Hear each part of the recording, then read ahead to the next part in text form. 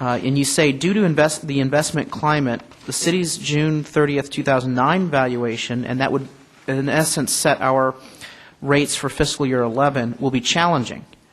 I think that probably wins the award for the understatement of the year in this budget process. And I want to ask Chiron, given your professional judgment, if the valuation as of January 31st, 2009 holds true as of June 30th of this year, that there's no miraculous market recovery, if these numbers are what we see on June 30th, give or take a couple $1 million or even tens of millions of dollars, we're talking about a pension payment for the city north of $200 million annually. Is that a correct understanding? That is correct. $200 million plus. 200, this is closer to 250. Could you speak into the mic? I just want to make sure that closer to 250. Closer to $250 please, million. when you speak, state your name for the record, just so we know, the public knows who you are. So let me make sure that the public understands this, and that the echo chamber around City Hall hears this loud and clear. You're predicting, according to your slide 14. No, this is not my slide. I was answering your question. Right. No. But on slide 14 of your presentation, you're projecting a payment for us to include in our budget for this year of about $154 million. Correct? That's true.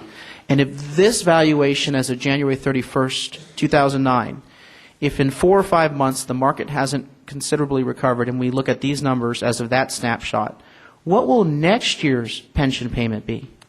If we're looking at the numbers you're showing on this slide, January 31st, 2009, you're going to be in the neighborhood of $250 million. So that would be a $100 million increase in our retirement contribution alone in 1 year? Without any other change, yes. One of the things we did with our $100,000 club report is we showed all the people in the city earning $100,000 or more.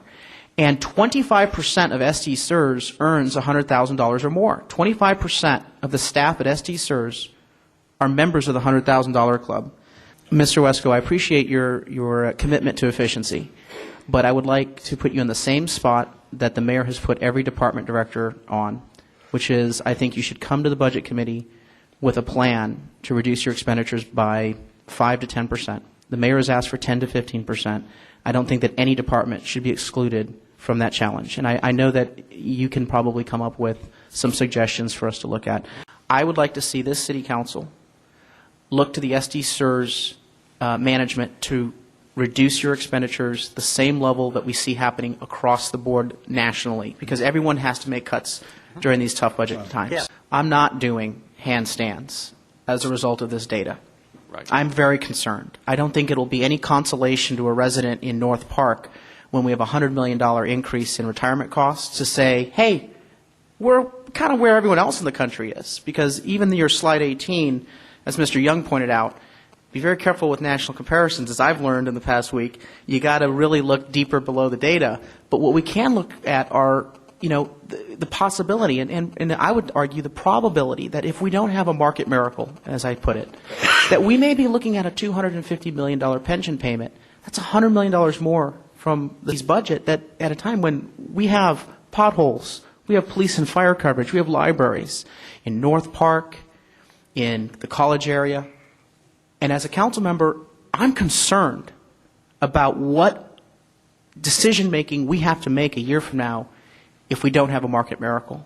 And I actually think we ought to err on the precautionary side of the coin, and be as aggressive as possible with reducing expenses. With all due respect to SD SIRS, and I'll close on this, I recognize that, yes, you do have an independent ability to set your budget, but I would, again, request that you look to what all public sector government agencies are doing. I was in San Francisco on Friday, and the mayor announced that he's going to be laying off city employees. Not a furlough, layoffs, significant layoffs. It's happening across the country.